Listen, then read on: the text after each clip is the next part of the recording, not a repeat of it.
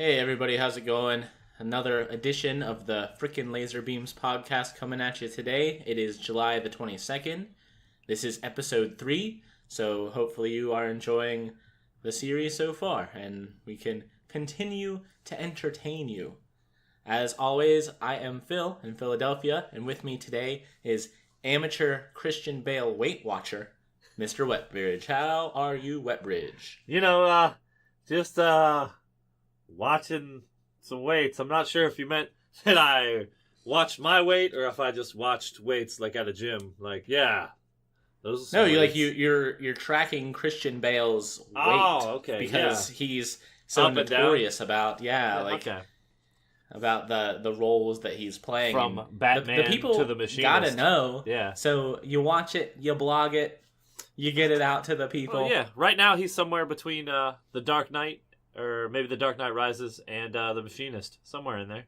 That's pretty extreme, I guess. Extreme ends of the spectrum. It's really a triangle, though. So you're like muscle, weight, and I don't know. Never mind. Yeah, we're getting a little too into this. We're thinking about it far too much.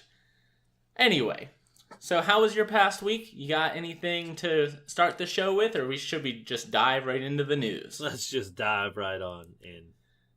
All right, so I need I feel like you gotta imagine like an action news alert, and it's like a disaster report, and it's like the calling watch, and the graphics just flash up on screen because for whatever reason we've chose to follow along with this story up until this point. But, so like we mentioned last week, The Calling 2 came out, everybody hated it, everyone got offended, the company themselves was like, what the hell are we doing? We need to reassess our lives. You want to know what they did? They reassessed their lives. You are on point this week. Good job. Yes. So they have pulled The Calling 2 from Steam. I assume that everybody gets refunds. And they're going to actually go back. Not only are they going to go back and start supporting the original game again, which people did actually like, but they're going even further back to where they started it originally in early access. So they're not going back to like the 1.0 release that they eventually turned out. They're actually going even further back than that and starting over almost completely. Yeah. This seems... Well, okay, if I had to think of one other instance of developers saying like, wow, we got this real wrong and we need to do something about it, it is the Master Chief Collection, actually. How so? Because they are still working on the Master Chief Collection. Oh, wow. They came out and was like, oh yeah, we goofed the shit out of this one, and they're doing all this make good over years and years and years. So, but other than that, I feel like most of the time you don't get this kind of down to earth response from a developer that comes out and was like, "Hey, we screwed up. You're right. This was an obvious bad move. We actually had a thing that people liked, and they even came out and said, "Hey, we had this thing people liked, and then we ruined it along the way. Yeah. So now we need to go back and fix that stuff as well." This is just like a wild ride, honestly. It's interesting to me. I think it's a lot of them just trying to save face at this point. Do you think I don't really bombs? have a lot of trust into them. I know I've been watching a few people actually play the day one servers today. And it seems very interesting. It seems like it's a good thing, something I missed out on in the past. But whether they'll be able to keep that going and not fuck it up, well, is remaining. Right, well, they have a pretty bad track record in terms of just, their games in general. I'm pretty sure they made Lichdom Battle Mage, I want to say, before The Calling. Yeah. Maybe. And that's, one of the worst performing... just performance-wise games on the PlayStation 4 and Xbox One. Yeah. So, maybe, I really admire this move. It's great. It seems like something that a lot of people wouldn't do, but I also don't have, the faith that it ever gets corrected. I don't admire the move as much as I admire the community coming out and being like, "Yo, this is messed up. This is ridiculous." Like, I admire the amount of backlash it got because it was deserved backlash. Sure, And yeah. I'm not sure if it's admirable of the company to pull a game that was garbage and should have never been released in the first place. Maybe they should listen to their fans a little more before doing something like this. I think it's great that it happened. Don't get me wrong. I think it's great, but I'm not ready to loud Xaviant yet until we see where it goes. Yeah, I mean, I guess I can kind of understand what you're saying. Like, they tried to pull a fast one, more or less, and that fast one absolutely crashed and burned. And they're like, so oops, our bad. Here's the thing originally. Here's the thing we used to give you. Yeah, or they're just trying to like use the spotlight to kind of... Well, so supposedly the concurrent players back when the Calling 1 was originally in that early access period were not... Well, it wasn't bad. It was a pretty good showing. Yeah. People liked the original game. It was just buggy, and then it just... People do what they do with games. They don't listen to the fan base. They just do whatever... And I understand that, but like... I understand the, wanting to make the game you want to make, but you should probably still listen to the people that actually like your game instead of alienating them. We are also getting to this point where Battle Royale is almost a poisonous thing to be if you're not one of the big two. So, like, all this rush, obviously they were there already. They were there kind of at the start with the Calling 1. Like, even going back to that doesn't seem to have anyone excited other than just, hey, people used to like this. Like, it might capture that section of people that used to play it and thought that it got ruined along the way, but I don't see this move really, like, catching a new community. Yeah, it'll be interesting to see I'll be keeping an eye on it. It also is supposed to go free to play, and so it kind of feels like a Hail Mary like Evolve did. Yeah. There was a lot of, hey, we're saving this game, it's going to go free to play, it's going to be good this time around, we learned our lesson, and we saw where that went. I actually did try that game again when it came back around, and oh boy, was it still Evolve. Yeah. Anyway, maybe we'll keep an eye on the Calling and see if it goes one way or the other. Yeah. It'll be interesting. I'm going to keep an eye on it. All right, let's get out of that. We're going to go to some reasonably depressing and sensitive news, I guess you could say. Yeah. Were you excited for Guardians of the Galaxy 3? I'm excited for every Marvel movie. So I am sure by now you have read that James Gunn has been removed from that project, the director. Yes. So here's where this situation gets kind of sticky. This is for things that happened a decade ago, and I'm not saying like you should be excused just because enough time has passed. But it's also things that he has publicly apologized for multiple times already. About a decade ago, yeah. So, like, this isn't new information. This is old information being re-dredged up, and then Disney pulling the plug on their relationship with him because of this stuff that was already in the public sphere, was already addressed by him. It was completely and fully out there while he was being hired on to do the first two movies. So, I don't... in no way condoning the things that he did, but I'm also... It's just this weird, you're punishing someone... It's almost like punishing someone for learning from their mistakes. So he seemingly learned from the mistakes. He hasn't made this a habit of his behavior in the last decade and still gets punished for it. Yeah, and it's something he was... In his younger days, he was a shock comedian. He said, I think he said that he said things just that were a little out there. Not that he believed, they were just things he said. to try to get a reaction out of people. Kind of like an Anthony Jeselnik type, who just say completely outrageous things just for the shock value of it. He says it wasn't anything he ever believed, and he's since apologized for it.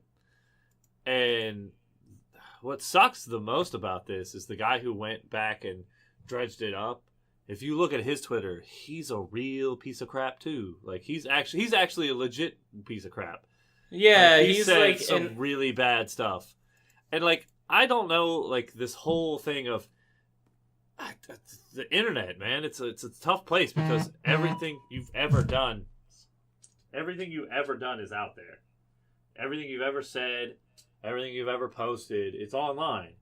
Like I'm kind of interested to see how people are even going to run for office in the future. Like, how can you be a politician when, like, in high school, there's pictures of you doing stuff you're not supposed to do? Like, it's going to be really interesting to see how things happen with these, like, during this time, because we're starting to get to a point where the people who are adults and are in charge of things have had the internet their whole lives and have had an online presence their whole lives. So you could look up anything from someone's life, no matter what it is, and it's a little crazy. And it's strange that the standards that it seems like that are applied to these freakouts are all over the place, right? So we've got people like, let's say, Chris Brown, who is still out there, and no one really seems to care about the whole assaulting Rihanna thing. Like that apparently is not enough for like the mass of people to be like freaking out on him. Or we have all these like sports stars that have histories of violence. You've got people out there that have like sex scandals and all this stuff, and sometimes people like dogpile that and sometimes they don't. It just seems like the punishment doesn't always fit the crime. Some people have short memories, and it depends on like what you do. If you're out there scoring touchdowns or whatever, people seem to like give you a pass for whatever reason. It's really wild, especially in like I said, I'm coming back to not saying, hey, give this dude a pass because of whatever thing, like he was never wrong or whatever. Like obviously he was making mistakes, but he has come out, apologized, and has not been repeating these mistakes for the past decade. Yeah. The society evolves so fast now. I think something else that has to do with why he was fired is who he works for. Disney is still Disney. Disney's main audience outside of the MCU is still going to be MCU and Star Wars is mainly going to be children. And some of these jokes were on that side of things. So I think Disney wanted to cut ties with anything that, could be damaged. Parents could look at and say, like, oh, someone like this works for your company. Well, with Disney's acquisition of Fox Searchlight, everybody's going to be Disney here sooner or later. Yeah, for the most part. All right, that's about all I have to say. I am kind of disappointed in the fact that I do enjoy these movies. I understand that it does suck because he was one of the big influences. Like if you read articles about anybody involved with the movie, James Gunn even helped write the Guardians of the Galaxy scenes for the Avengers movie, and it's real interesting to see what these movies are like without him, because Guardians of the Galaxy is James Gunn right now. We are really like scrutinizing everyone out there like they're running for office anymore. And then we've got people running for office that are just breaking all the rules and no one seems to care. It's just that's the wild effing West right now. I think that's the most intriguing thing that some people are bulletproof for some reason. Some people are just immune to what they say and what they tweet and what they do affecting them. Whereas other people are just dropping left and right. And it's really interesting to see like how that happens. It's I'm not going to mention any names. It's just interesting. Well, speaking of things that are coming back from long ago. We've got a new No Man's Sky revision. I don't even know what you want to call this. It's called No Man's Sky Next. So I want to know what you think about this in general. It feels like maybe this is what No Man's Sky was supposed to be from the start, and it wasn't. And now they're trying to like course correct, or they have been doing that exact thing, and now this new version is releasing on the Xbox as well. It's just a thing, man. I don't know, man. I've never really been a fan of what No Man's Sky represents. Like, it's just too much. Well, so I guess my question really, like, it's cool for people that are into it. It sounds like it's getting some decent overhauls. Like it's like we were talking about. They are listening to the community. They're trying to add things that people want, etc. But has there ever been a game in the past that you can think of that released kind of in a shitty state that no one really wanted to, or kind of like broke everybody's heart because it felt like it wasn't what it should have been, and then turn that around? Diablo, maybe? Diablo 3. Diablo 3? Yeah. Yeah, that's like... It's a little bit of a different situation since it was like a finished, actual, complete game that they then just changed to be better. Yeah, because people... Rather than a thing that felt like a hollow shell that they added to. But I do, like, that seems like a pretty good example, honestly. The big thing for me about No Man's Sky is I just never have been into these open world games that are just so open where you can do anything.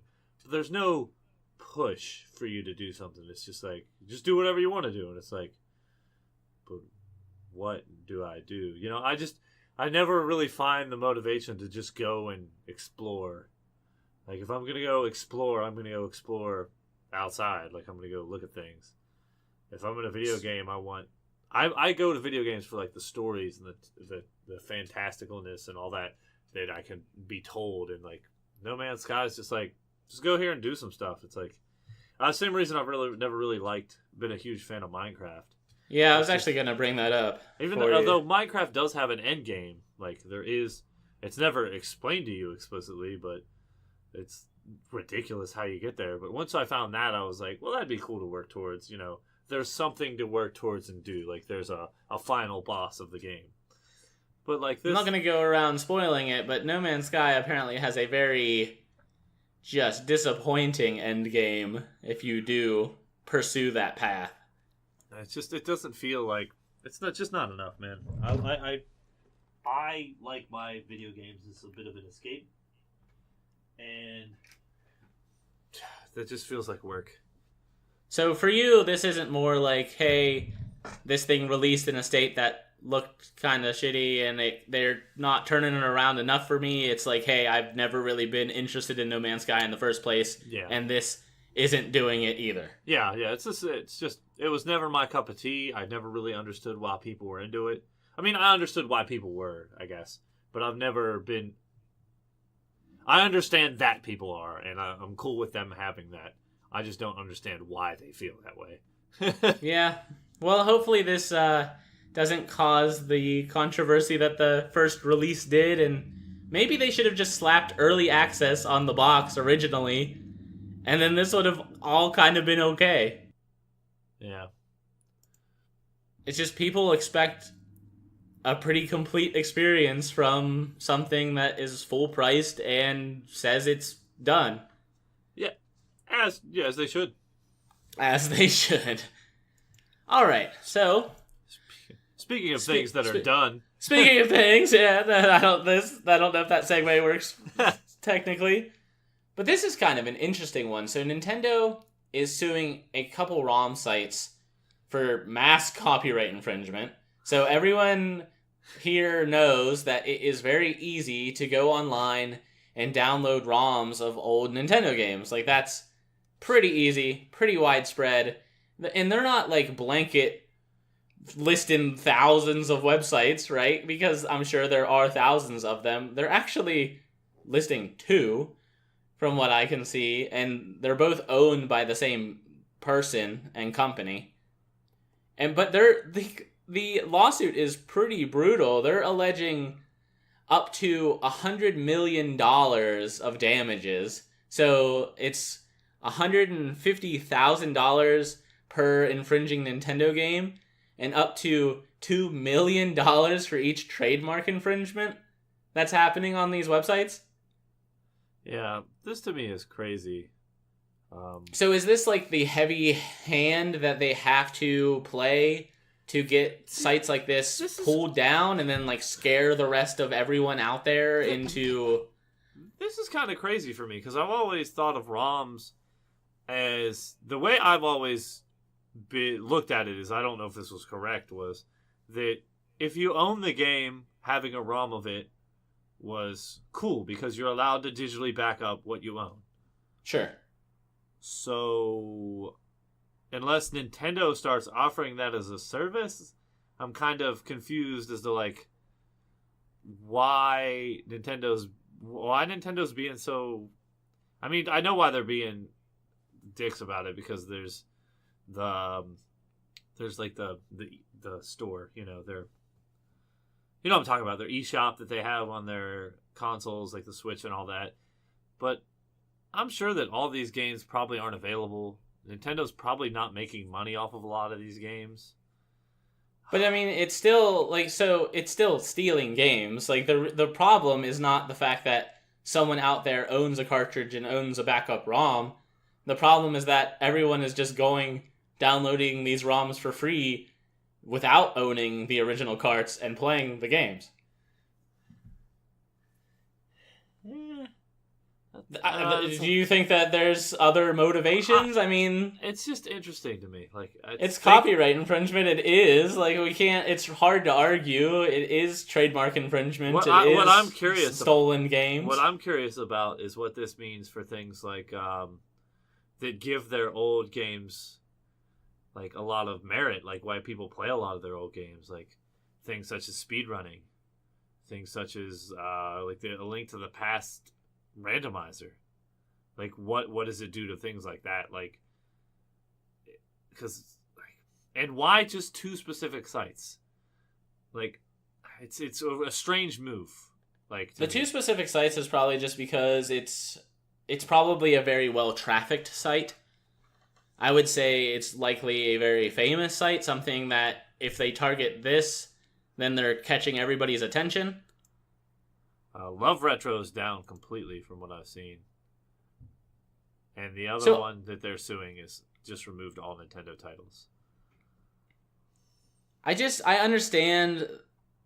It's hard for me. Like I'm kind of back and forth on it. Well, not really. If it's stealing games, then it's stealing games, and it should be taken down. Like I don't really know what else to say. But like I would understand it if like.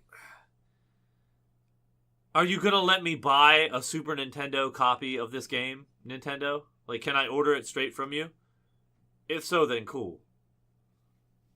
But they have no, like, obligation for this. Like, they even if they're not producing these old games for you to buy, they aren't obligated to have them on the internet for free for you to get. They're not obligated to, but I don't understand how they can say that it costs them money. Well, they might not. Well, I mean, yeah, like the whole... they have not necessarily said you're stealing money from us. A cease and desist, I understand. A lawsuit for money is alleging that, hey, you guys have taken money from us. You guys are taking our money. Like, you have caused us damages. So, if they're not available for purchase, what are the damages they're actually causing? You know what I mean? I could definitely see this kind of resolving in a way where these websites just kind of go away. They are more or less cease and desisted, yes. And the money doesn't really ever go down. That'll probably be what happens, but I don't understand why Nintendo went... If Nintendo lets me buy the ROMs, like, straight from their website, I'd do it, but, like, it's just an interesting thing. From my understanding, trademark and copyright are strange in the fact that if you're light and like if you are a little loose on letting people use them and not like going after these people, then your claim to the content is lessened. And so they have to like bring the effing hammer down as hard as they possibly can, even if it gets settled in some other way. Like the initial volley needs to be with an iron fist. I don't know. It'll be interesting to see, but it really does feel like forever we've had these ROMs floating around the internet, and it didn't seem like anything was really being done. And now Nintendo's actually, bringing that hammer down. They're going after some of these people, so it's going to be interesting to kind of see how it goes in the future. Maybe all of these get shifted over to like a torrenting site rather than an easily accessible URL. I guess technically they aren't public domain, although it's weird that copyrights for video games are 75 years. I feel like that's maybe a bit extreme. That's a different conversation, I feel like, but I can't be mad at them for protecting their own IP.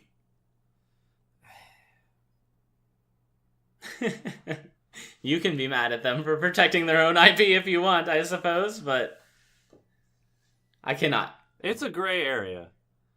I don't think it's a gray area at all. I think it's people dumping ROMs and letting other people download them. I don't think distributing ROMs of games is a gray area at all. I think it straight up is infringing copyright. That's just me. Alright, we can get off of it. I think it's going to be interesting in the future. Something for everybody to know. If you're hosting a ROM site right now, reconsider. I was trying to read up on some legalese. Apparently it's something that, even though Nintendo is suing, it might not be airtight. There's a lot of, even in the legal world, there's a lot of, like, is it fair use? Is it, if it's not available, is it still copyright infringement? It's something that a judge is probably going to have to make a decision on at some point and, set the precedent. All right, well, maybe we'll get back with some news to follow up. That'll be exciting. All right. So, on top of such things, speaking of Nintendo, yes, Mario Kart 8 is getting some free Breath of the Wild DLC. Aren't you just amazed by their generosity, Wetbridge, that they're giving this out for free? Maybe it's because they're suing people for hundreds of millions of dollars. They don't need that Breath of the Wild DLC money. Or I guess Mario Kart 8 money. Because they got $100 million about to come in. Yeah. I don't really have, I have Mario Kart 8. This is whatever to me. It's more like a PSA, if nothing else. I mean, you get to play as Link. That'd be kind of cool. Like, if I had a Switch... You already do that. Do you already get to play as Link? I'm pretty sure he's already in that game, It says straight up new character added, Link. Well, then maybe not. Maybe then maybe I haven't been paying enough attention. I don't know. Hold on. I don't know. That's fine. Either way, honestly. Yeah, I don't know. I think it's kind of cool. He gets the cool horse motorcycle and all that. Yeah, maybe it's just his from Breath of the Wild. Yeah, it's like a skin or a costume.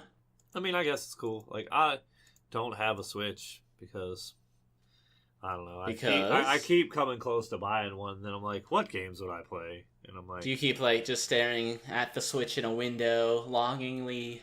I do actually. Maybe one tear rolling down a cheek. Like the sad crying. Never mind. What? No, sure. What? Sad, the crying Native American when the dude throws the litter on the ground. Oh yeah, that's yep. You see the Switch on the ground and it zooms in on your face and a tear rolls down. Yeah, exactly. Perfect. All right, so are you a Stardew Valley person? Not really, but I have a few friends that play, and it's always been interesting to me because I kind of wanted to try it, but sure, I don't like playing a lot of games by myself. Okay, so go on. So I guess now that it's, I guess our thing here is that it's getting an update on PC to be multiplayer. So maybe I might take a look at this if some of my friends are down to give it a good old try. So do you know any of the details surrounding this multiplayer? Like, how exactly are you interacting with other people in the game? Looks like you were all working together to create the farm of your dreams. So yeah, I guess like we should get out in front and say, hey, Stardew Valley is a Harvest Moon-esque throwback, right? Yeah. Like inspired by Harvest Moon, made by a dude over like 5 years. Crazy story, everybody loved it. So you're saying that it's just how many people maximum for this multiplayer? Looks like 4. I'm thinking 4 people. Yeah. So are you telling me it's fun to farm with your friends? It might be. It might be. I don't know. I haven't played. All right, well, maybe like that should be your homework it's for probably, the next week. I would imagine it's more fun to play with your friends than it is to play alone. Farming seems like hard work. And having people to help you seems like it would be a little bit of a load off. I'm kind of... It does seem like the type of game, like it was kind of... it was really praised to be on the Switch because it's something that's like really easy to take on the go. Yeah. And is kind of like a relaxation game. But if you're like trying to... hopefully there's some sort of like drop in, drop out, because otherwise you would have to like get all of these people together to like work on your farm, and that sounds kind of awful. That does sound pretty awful. I would imagine it's drop in, drop out, but it doesn't really have a whole lot of details until... It's not coming out till August, so we've got it's still a few weeks away. So it'll be an interesting thing. I may take a look at the game, see what it's like. I may just ask some of my friends that already play, like, hey, is this worth getting to play together? Or is it just more of what single player would be? I don't know. Speaking of the hot multiplayer games of the day, so Fortnite just ran a summer skirmish. Oh, yeah. Week number 2. And of course, like, so the winner was accused of cheating by the community when it finished up. And it seemed like some of this drama was kind of created because the winner of this summer skirmish was not a very well-known streamer. He was actually a lot more well-known in the Destiny community. Yeah. And not in the Fortnite community. There's a little more to it than just that. Sure. Like, he also was couldn't stream from Twitch for some reason. So while everyone else in the tournament live streamed their games, he had to come back and all of his games he recorded locally and then restreamed. So it's kind of like Billy Mitchell all over again. There's a lot of stuff where, like, this is a tournament where the guy won $130,000, I think. That's insane. Yes, because it was like a certain amount for first place, and then there was a bonus for if you had like the most kills overall in one game, which this guy also got. And if you killed more than 20 people in a game, you got a $10,000 bonus, which I know iDrops Bodies was the guy who won. Air quotes. I'm gonna put air quotes on that because I'm siding with the community on this more than I am Epic. Yeah, so he has been vetted by Epic, just to throw that out there. They did come and say... They didn't necessarily vet him. They just said there's no evidence that he cheated. Sure. Which isn't saying that he didn't. It's just saying that they can't prove that he did. Which I think there should be some sort of rule where... Because if you're just recording games, then he could be like, oh, dropped in, I got killed right away. I just won't upload that one. It's interesting. Or you can't prove that he wasn't having his friends, get into the game. There's a lot of stuff that you can't prove. And for this much money, I just feel something feels wrong. Because he has a history of his average kills don't make sense compared to... He dropped more than 20 kills in 2 games, 2 out of 10 games. And his average kills per game is 6. So there's just really... It doesn't feel right. I was watching the event live, actually. So I was watching people like Daquan, Ninja, and the other top streamers go at it. And you saw it live. and they had games. I think Ninja had a couple games, like, and Daquan each had games like they had like 2 and 3 kills. Yeah. And this guy just was like crushing it. He won by a lot. And it's just something about it feels off. There are a couple like caveats, right, that we should probably mention. One is that this tournament has a very strange structure to it. Yes. So you play, I think, 10 solo matches, and that's what counts. So you're not dropping into like a curated tournament setting. You're dropping into a random game, and it, like, the standings of the tournament, like, that goes to that is like just your personal performance in that game. So like you've got a reasonable bit of RNG in that respect. So like you were saying, like maybe Ninja and Daquan like meet up in their game because they're both on PC, and I Drop Bodies was on PS4. So like they could actually, there's no like guarantee that you'll ever see like another person that is participating in the tournament. Yeah. So it's a very like different structure in general. So like that is something that adds an element of unpredictability to this type of tournament. There's also one other thing. Since he wasn't streaming, I'm pretty sure there's no camera of him. He just uploaded the recordings. So I think you should have to be able to stream. First of all, hands down, you should have to be able to stream, or it shouldn't count. There's plenty of tournaments who already have that sort of thing. You know, if you can't go, sucks for you. Sorry. The other thing is he's playing on PS4, and a lot of people were thinking that maybe he was using mouse and keyboard. So he claims to be using a controller, cinch controller, I believe is what they're called. But if he was using mouse and keyboard and clicked only play against PlayStation players, that would give him an extreme advantage. Sure. And they said there's no way to prove that he did that. So you could, I mean, so he did upload footage, like you said. That should be reasonably obvious whether or not he was using a controller or a mouse and keyboard, though. What's that? Like, the footage that he did upload should be reasonably obvious to be able to like differentiate the type of input he was using. Like if he's whipping around 360s instantaneously, like he's obviously using a mouse. I don't know. I haven't actually watched the replays because like I said, this just happened yesterday. So it sounds like. So are you saying that not only do you think that the person should be streaming their own gameplay, but they should also be streaming themselves? Yeah. Pretty much every person in the tournament, every other person in the tournament did that. But not by, like, rules of the tournament, just by default because these people are streamers. By default, because most of these people make their living off of this game, yes.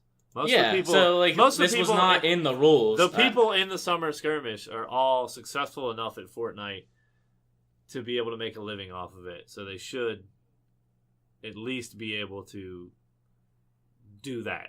You know what I mean? It'll be interesting to see if the rules to these things change in any fashion. I think they should, absolutely. Yeah, so I guess that'll be actually the interesting conclusion here. If there is no way to prove one way or the other, I suppose we just have to accept his win. No, yeah, at this point there's nothing we can do, but at this point in the future, a step should be made to make sure that this sort of thing where there could be doubt cast onto it doesn't happen again. It's cheating. It's just the best way to protect your brand and protect what you do. Yeah, I guess we'll find out if they have to alter the rules to kind of eliminate this doubt in the future. I'll be interested to see it. But while we're on the topic of battle royales, maybe we don't introduce an extra one into this world, because the rumor surrounding Halo Infinite originally was that it was going to have a battle royale mode, which what game didn't have a rumor floating around about including a battle royale? But right. Supposedly they have come out and said, the only BR we care about is the battle rifle. That's actually what they came out and said. Yo, that's hype. So how does this read to you? Do you think that they're missing an opportunity? Do you think that the whole Battle Royale thing is going to be kind of in the same area that League and Dota are by that time, where there's like the big ones and no one else is breaking into it? Do you think that there's no way a Halo Battle Royale would have worked anyway, so obviously there's not one coming? I think it's just an obvious move. Like, it's why do it? Why is Black Ops doing it? Why is Battlefield doing it? It's just people trying to jump on what's making money right now, and Halo 343 actually looks at this and says, hey, we're not here to make a BR game. We never were. Like, this is a Halo game. We don't need to resort to gimmicks or anything to try to get your money. We're just going to make a good Halo game and leave it at that. And I think that's refreshing. I will be interested to see kind of how the community reacts, because I feel like you've said some pretty controversial things in the past minute about Halo, because there's a big subsection of people that don't think 343 has ever made a good Halo game. Well, yeah. And they have no idea what Halo is anyway. So I enjoyed 4 and 5 for what it's worth. But I am definitely interested to see where they go with it. I think the story has been kind of garbage lately in those games. Bungie still made Reach. Jesus. What about it? Reach wasn't a great game. People liked Reach. I think that the multiplayer of Reach went in the wrong direction with the armor abilities, personally. Yeah. But I'm not technically shocked with this news, and I do think that in the end we'll kind of shake out to 2 Battle Royale experiences. But right now, there's a market kind of left untapped. Well, let's say there's a market that's currently being filled by H1Z1 because the PlayStation 4 does not have like the military sim Battle Royale yet. Yeah.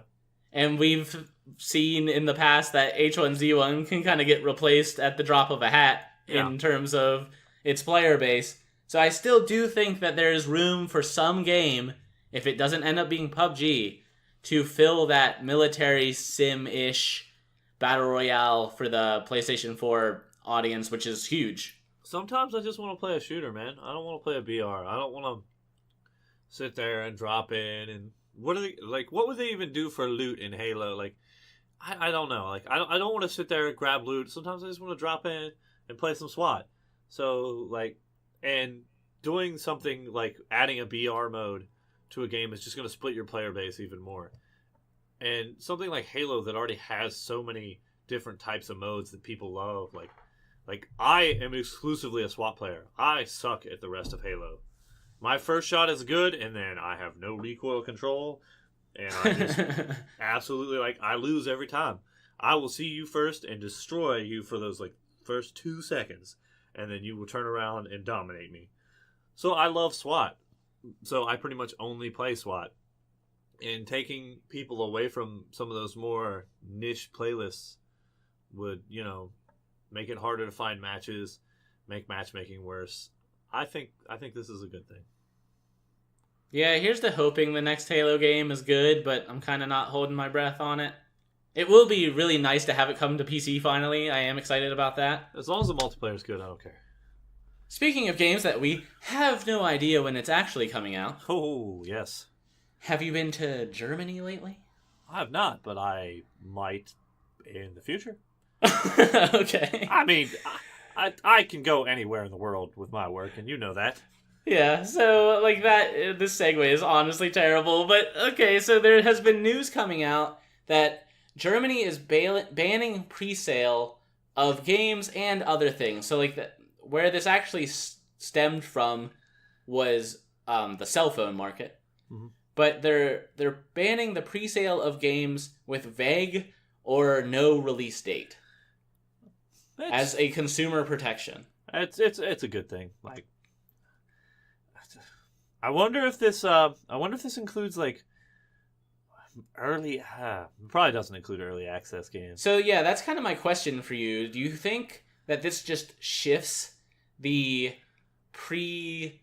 pre-release money, like the pre-release monetization model, which is currently like pre-orders and pre-order incentives and all of that, does it shift that in some fashion? Maybe more games offer a $27,000 Star Citizen package. Have you seen that nonsense? I have not. I kind of quit paying attention to Star Citizen when it. I think a lot of people stopped. This game Yeah, was super hype, and then like 3 years later, it's still not out yet. Well, I'm just gonna not anymore. I think it's like 6 years later at this point. Oh, is even. it? You might be right. It's good. Like something should have to at least have some sort of release date. And like some people have already said, this doesn't preclude a company from giving a release date and then changing. Yeah, it. then just changing it. It's like this will be out December 27th. Oh, we were wrong. It'll be out December 27th next year. Just pushing it back. That's what I was gonna say. It's not a huge change. I mean, maybe it'll do something, but it's just like when I first saw this, I was like, "Oh, sweet, this may change something." But the more I think about it, it's like, well, yeah, and maybe this doesn't even this might not even propagate to the rest of the EU. This could really be a non-story in the long run. Yeah. It could really be like a company giving it a more solid release date in Germany only, and then everyone around the world can just be like, well, there's a reason that it says December 21 in Germany and nowhere else. Yeah. It's interesting. I think what's more interesting is how much of an interest EU lawmakers seem to be taking in video games. Like the United States really, like the NA really hasn't put a lot of laws into anything yet as far as games are concerned. And it's interesting to see the EU with this Germany thing, with the pre-order games, and then you've got Belgium and I think the Netherlands banning loot boxes because they're gambling.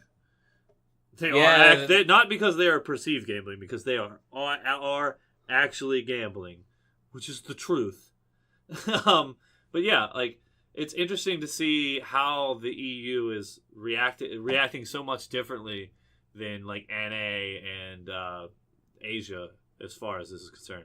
I'm interested to see how many regulatory things will go into this, and what's next for the EU in terms of trying to control the games market.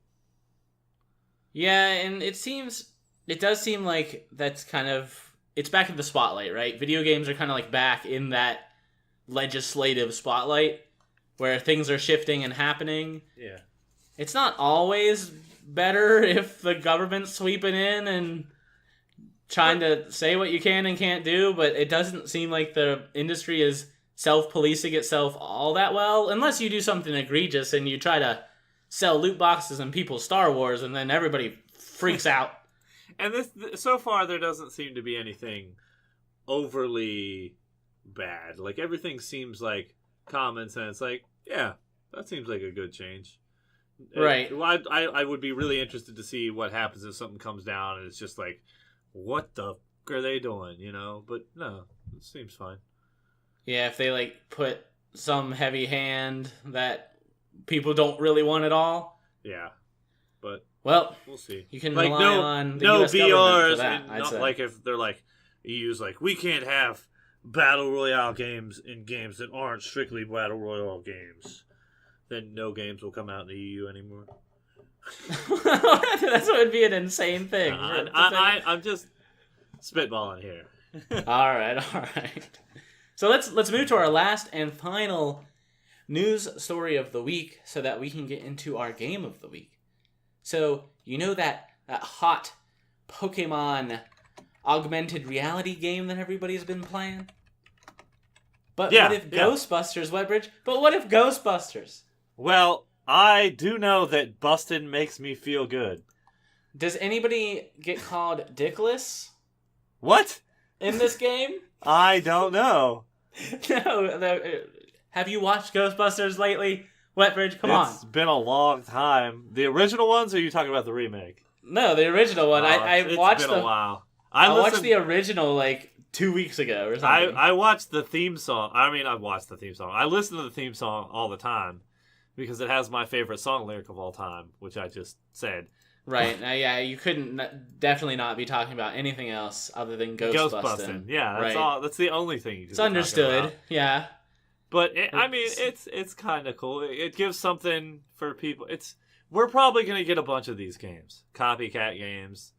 Pokemon Go, like we discussed, I think last week, that it's still making boatloads of money. It is still making crazy money, sure. And they're trying to get in on other things that people are passionate about. I'm surprised it's this and not like, I'm surprised it's Ghostbusters, but hey, if it gets them some money and people like it, like, more power to them. I expected more like something like Star Wars or Marvel maybe, but well, to be clear, this is not Niantic. This is not the Pokemon Go people that are making this game. It's just very similar.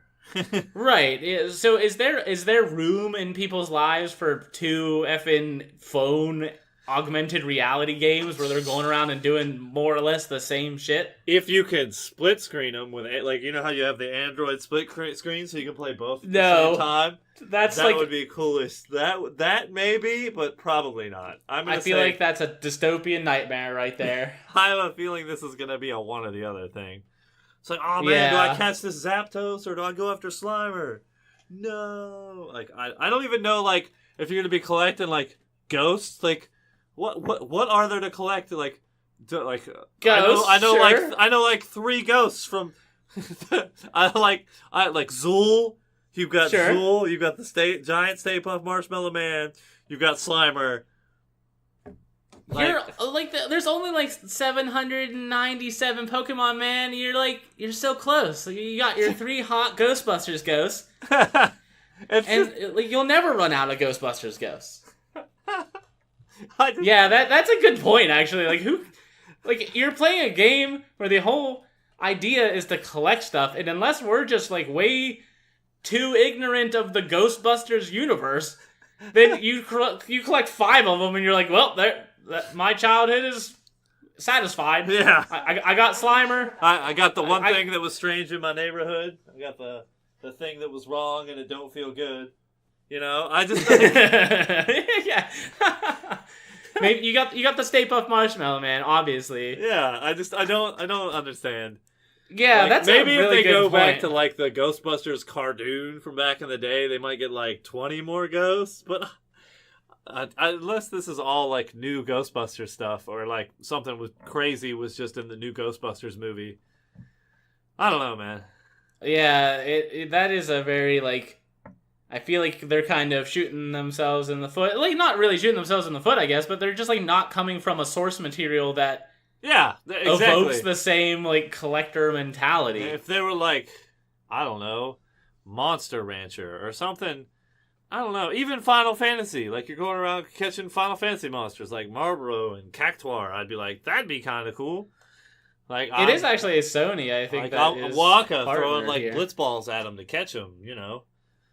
That's how you do it. You just throw a blitzball, it hits them in the face, and then they come over to your side. Yeah. Totally. Now, the only thing that Ghostbusters has, I think, that makes sense is like capturing a big thing that then goes into a small trap thing. Yeah. I mean, like, if I have to like throw, like, not literally throw, but like whip my phone forward to throw it out, I mean, I guess that'd be kind of cool. But, like, I'll catch probably 2 ghosts and be like, yep, that's enough of that. I have every ghost I've ever heard of. I want like 2 people beside each other. They're playing this Ghostbusters Go or whatever the shit we want to call it. And they cross the streams. They go all Galaxy Note 7 on you, on your ass. They blow up in your hands. I'm on board. If that's the case. If you cross the streams and your phone gets deleted, I'm in. I'm gonna just yell if I ever see anyone playing it. Don't cross the streams. Yeah, it's just what it's a happens, wild thing. What happens if you're doing it like near the water and like there's one on the other side of the stream? Do you not cross the stream? God, duh. You go back to Bustin'. you can't get away with that joke. All right. Okay, that's it for the news for the week. Oh my god. So, before we get to the game of the week, we actually do have a kind of like PS in our game of the week section this week, which is interesting. Yeah, we just got done playing it, son. Oh, okay. But have you been playing anything other than those two games? I picked up Slay the Spire again today because it's a game that really doesn't require a lot of attention. Like I wish it was a mobile game because like I could just play it on the go. But like I can just kind of sit here and do other things, like do my research for the podcast and kind of play it, or maybe like watch a movie and just kind of like take your turn and then like ignore the shit out of it while they're taking their turn. I don't have to be fully into it like I do like something like a battle royale or any other game. So I just kind of I autopilot through it. That's all I've really had time for this week. I've been super freaking busy. So as people know from last week, hopefully, welcome back. Still playing Assassin's Creed? No. Oh, okay. I actually haven't touched it in a week, so okay. I dabbled a little bit in Enter the Gungeon, but really this week has kind of all been focused on our game of the week and supplement. So, as people know from last week, the game of the week is Earthfall, which is a new game. I think the developer is Hollow Spark. I don't even know. Sounds right. So anyway, so this is a co-op shooter in the vein of Left 4 Dead. So it's really just, we talked a couple weeks ago about how it felt like Dauntless was a developer saying, you know what's not really on the PC, or you know what's really like, there's a hole to fill here, and they kind of goofed because of the whole Monster Hunter World coming to PC thing, but that's neither here nor there. But so it really seems like they were looking at Left 4 Dead, which had a huge community. People love that freaking game and its sequel. And there hasn't really been something like that in a really long time. So they're like, you know what we should capitalize on? Just making effing Left 4 Dead again. And then Left 4 Dead 3 gets announced. That would actually be hilarious. I'm pretty sure it did. The world would catch on fire. I'm pretty sure it did. That doesn't sound like a thing Valve would do. But anyway, so you can look that up, but I'm just going to keep talking here. Go ahead. So this is more or less an I know it feels like we're being reductive to some extent, but this is just alien skin, like extraterrestrial skinned Left 4 Dead. I would even call it worse. Like just a worse version of Left 4 Dead in some ways. Yeah, but with the alien skin. So, like, okay, again, here's the gist. Co-op shooter, up to 4 people playing. You have 2 campaigns to go through. Each campaign has 5 missions, I believe. So you're kind of just, like, working together. You can play with AI, but the AI is so stupid that if they get stuck in a corner, they will not come help you. They will not try to complete the objective. The AI the AI teammates really feel useless in this game, so if you're going to play this game, maybe play it with some friends. Yeah, I would say it's not bad. I would say the AI is a lot worse than in Left 4 Dead. In Left 4 Dead, and there's like less of a challenge, I would say. Like the Left 4 Dead, the monsters come at you. There's sometimes when they're just coming at you like crazy. Like we were playing Left 4 Dead today, actually. Left 4 Dead 2. Left 4 Dead 2, sorry. And like we just got destroyed early on, and then there was later where we were at the end of a mission and we couldn't get our teammates into the safe room, and zombies were just coming from everywhere. Yeah, it was not just like trying to shove some AI through a door, right? It was because there were so many enemies. Yeah, there were just a flood of people. I had a ninja sword and I was killing like 7 or 8 at a time, and I just still could not move. And like I had 100 health when I got there. By the time I got to the safe room, I was down to like 50. I had to heal, and then we went back out to try to get the AIs. Phil died. Both the AI died, and I'm just ninja swording my way through, and I made it back to the safe room with like 13% health, shut the door, and still had to kill a zombie. And it was like, oh, man, that was stressful. Like, And I never the intensity. I never really got that level of stress or like, this is really hard. Like, I don't even think we died in Earthfall. No, so to go back and kind of give a little bit more of the gist of Earthfall for anyone that doesn't know. So it's really hard. It's really, really hard to explain without just saying, oh, it's this from Left 4 Dead. So, like, this enemy is essentially just like the normal zombie. This enemy is the hunter, which jumps on you and, like, pins you in a place, and your teammates have to shoot him off. This one, like, runs and grabs a person and hauls them away, and you have to shoot the thing. Like, there's like a 1-to-1 across from Left 4 Dead for every enemy, it seems. Like, other than the Enrager in Earthfall, which just, from my understanding, it tries to make the aliens, like, more active, but it doesn't really change anything. Yeah. It just feels like Earthfall is trying to do the same thing, but just kind of falling short in every step of the way.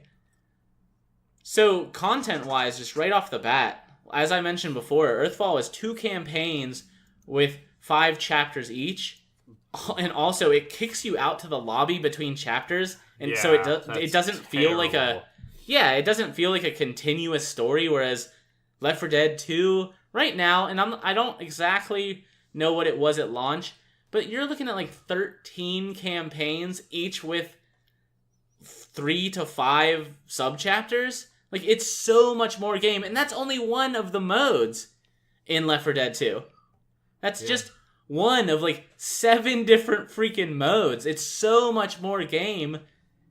It does all the things better.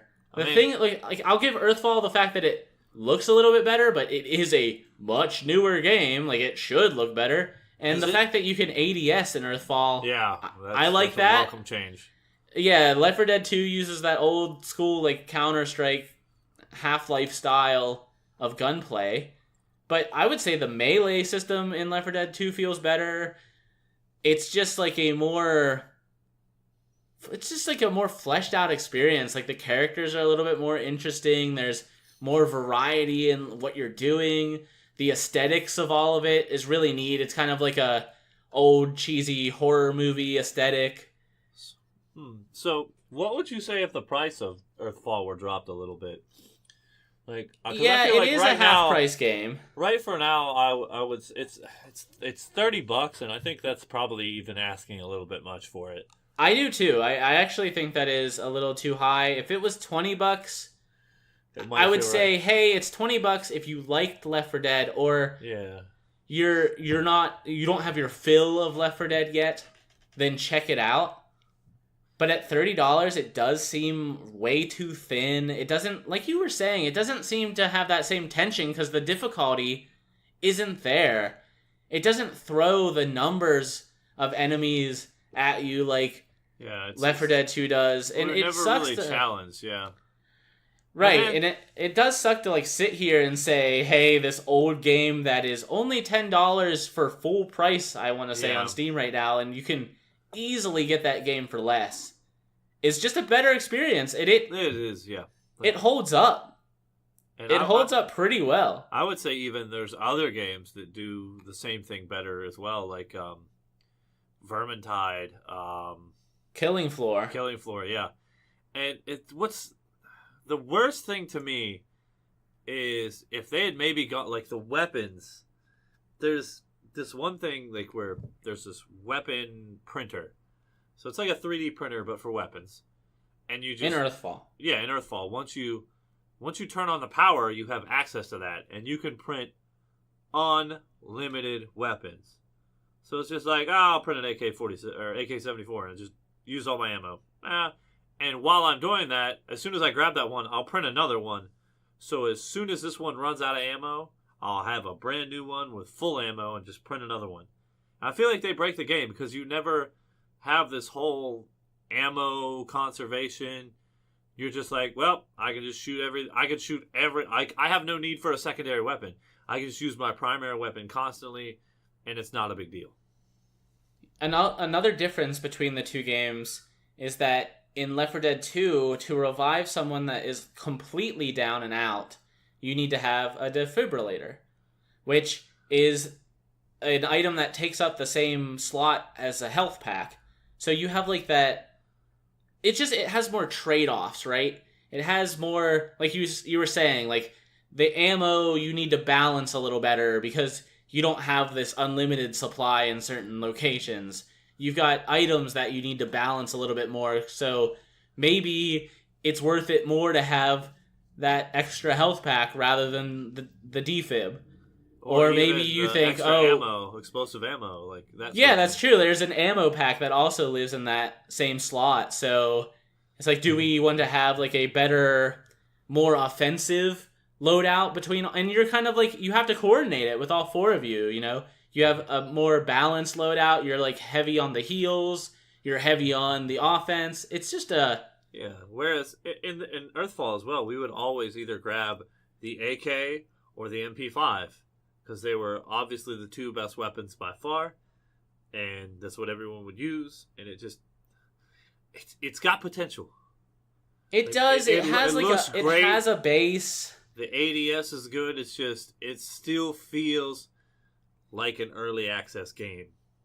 Yeah, honestly, like we were talking about earlier with No Man's Sky, if Earthfall would have come out, said it was early access, said this is what. Well, it already had an early access, and apparently it was pretty bad. Oh, wow. Okay.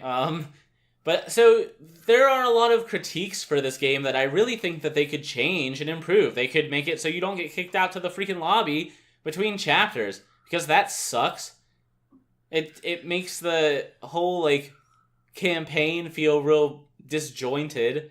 It does have a decent, like, it's not bad in terms of getting some people together, chatting it up while you play, getting in there and just like chillaxing. Yeah. But it really it feels too expensive at $30. Yeah. It right feels now, like the weapon variety kind of sucks. It's a little too low. Yeah, the big thing, like a lot of the reviews on Steam even say like it's a mediocre game right now.